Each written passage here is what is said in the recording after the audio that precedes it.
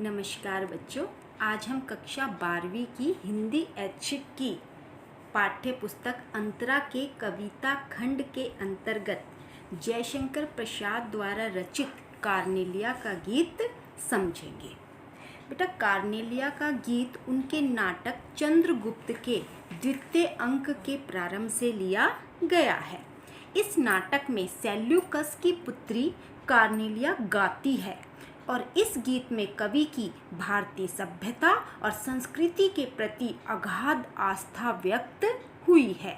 पिता के साथ भारत में रहते हुए कार्नेलिया यहाँ के मनोरम प्राकृतिक पर्यावरण, भारतीयों की ज्ञान गरिमा, प्रेम, करुणा आदि उदात्त मानवीय भावनाओं से परिचित और प्रभावित हुई थी और इस गीत में वह अपने हृदय की इन्हीं अनुभूतियों को अभिव्यक्त करती हुई यह गीत गाती है।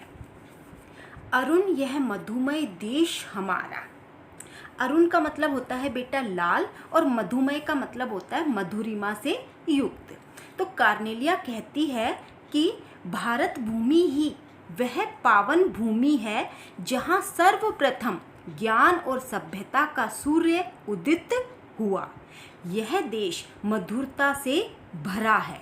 यहाँ के लोगों के दिलों में सबके लिए अपनापन तथा प्रेम का भाव भरा हुआ है।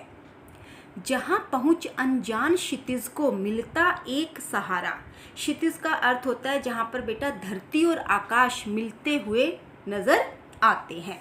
यहाँ अनजान क्षितिज का प्रयोग विदेशी शरणार्थियों के लिए किया गया है।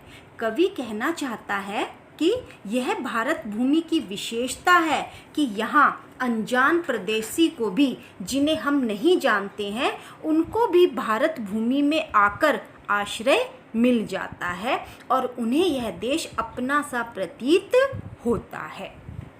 सरस तामरस गर्भ विभा पर नाच रही तरु शिखा मनोहर।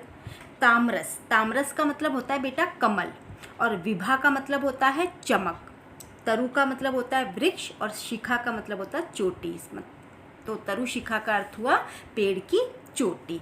अब कार्नेलिया भारत के प्रातःकालीन दृश्य को देखकर उसे ये दृश्य बहुत ही मनोहर लगता है और वह कहती है कि सूर्य उदय के समय सरोवर में कमल के फूल खिले हुए होते हैं और प्रातःकाल होते ही सूर्य का प्रकाश पेड़ों की शाखाओं पर पड़ता है और वहाँ से छन छन कर चारों तरफ फैलने लगता है। तो उसे देखकर ऐसे लगता है कि पेड़ की शाखाएं कमल के फूल के बीच प्रसन्न होकर नाच रही है।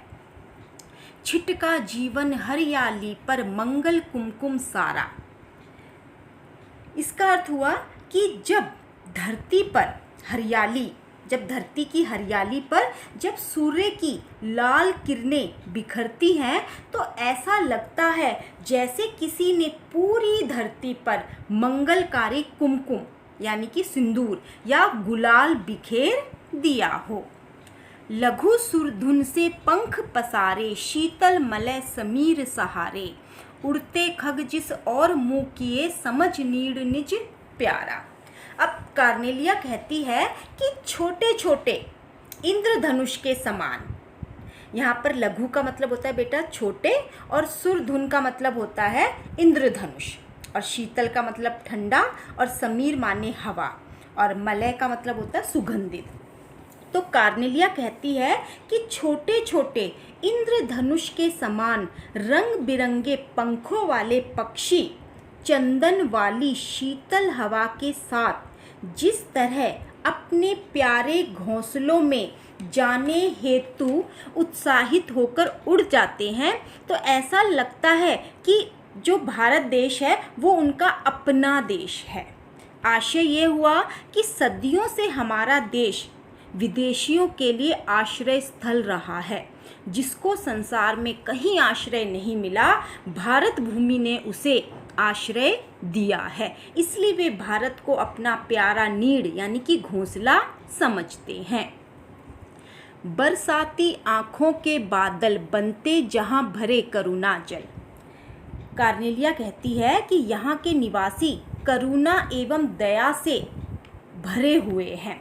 दूसरों के दुखों से द्रवित हो उनकी आंखों से निकलने वाले आंसू ही बादल बन जाते हैं और वह करुणा की वर्षा करते हैं। अर्थात भारतवासियों के हृदय में दया तथा करुणा के गुण भरे हुए हैं। दूसरों के दुख को देखकर उनकी आंखें भर आती हैं और इस तरह से आँखों से जो आंसू बहने लगते हैं वो ऐसा लगता है जैसे वर्षा ऋतु में बादल पानी से भरे होते हैं। लहरें टकराती अनंत की पाकर जहाँ किनारा। अब कार्नेलिया कहती है कि जो भारत है उसका समुद्र तट बहुत बड़ा है। एक और अरब सागर, हिंद महासागर, बंगाल की खाड़ी, इन तीनों की सीमा भारत के तट पर समाप्त हो जाती है।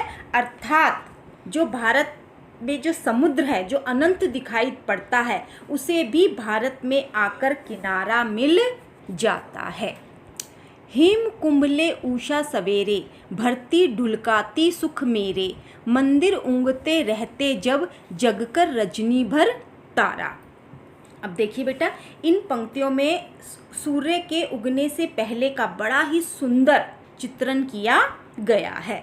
यहाँ पर हेम कुंभ का मतलब होता है सोने का घड़ा, यानी सूर्य रूपी घड़ा, तो रूपक अलंकार का प्रयोग किया गया है। मदिर का मतलब होता है ऊँगते रहना और रजनी का मतलब होता है रात। तो अब कार्नेलिया कहती है कि इस देश का सूर्य उदय का जो दृश्य है वो अवर्णनीय है, उसका वर्णन नहीं किया जा सकता।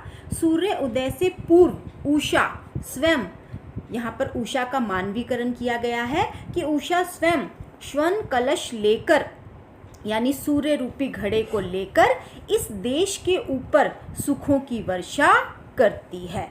और जब रात भर जगने के बाद तारे मस्ती में ऊँगते रहते हैं, अर्थात छिपने की तैयारी कर रहे होते हैं, तब उषा रूपी नायिका आकाश रूपी कुएं से अपने सुनहरी कलश में सुख रूपी पानी भरकर लाती है और उसे भारत भूमि पर लुढ़का देती है। अर्थात रात बीत जाने पर जब प्रातःकालीन किरणें धरती पर छाने लगती है तब सुखद अनुभूति होती है। तो उम्मीद करती हूँ कि आपने इस कविता को बहुत अच्छी तरह से समझा होगा। आइए देख करते हैं हम इसके कुछ MCQ क्वेश्चंस। पहला प्रश्न है, यह गीत कवि जयशंकर प्रसाद के किस नाटक से अवतरित है? चंद्रगुप्त, स्कंदगुप्त, चंद्रसेन, स्कंदसेन। तो इसका सही जवाब है बेटा चंद्रगुप्त।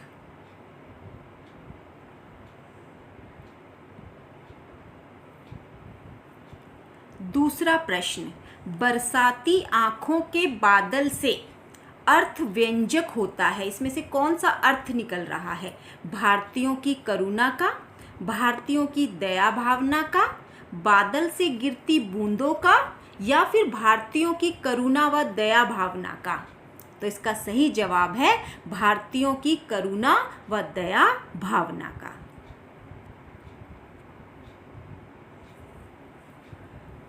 तीसरा प्रश्न है, उड़ते खग में अर्थ निहित है?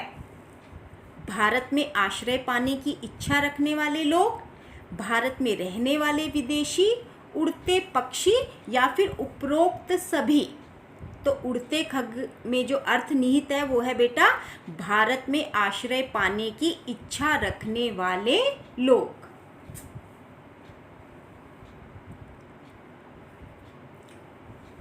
चौथा प्रश्न है बेटा, हेम कुंभ में अलंकार निहित है? रूपक, अनुप्रास, उपमा, उत्प्रेक्षा? तो इसका सही जवाब है रूपक।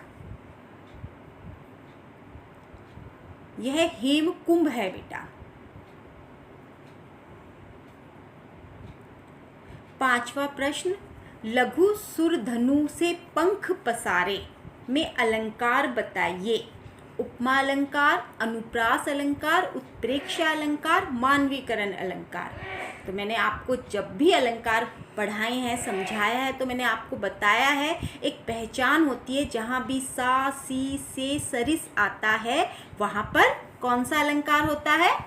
उपमा अलंकार। तो इसका सही जवाब है उपमा अलंकार। लघु सुर धनु से का प्रयोग हुआ है। छठा प्रश्न है, कविता में भारत के बारे में यह कथन नहीं कहा गया है। भारत भूमि हरी भरी है, भारतीयों का स्वभाव करुणामयी है, देश विदेश के लोग भारत के प्रति आकर्षित हैं, भारत में राजाओं के बीच युद्ध होते रहते हैं।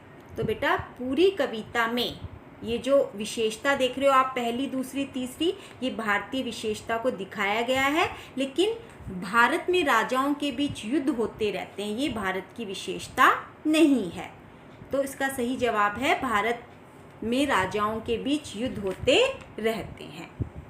तो धन्यवाद बेटा, आपको अच्छी तरह से समझ में आई होगी ये कविता।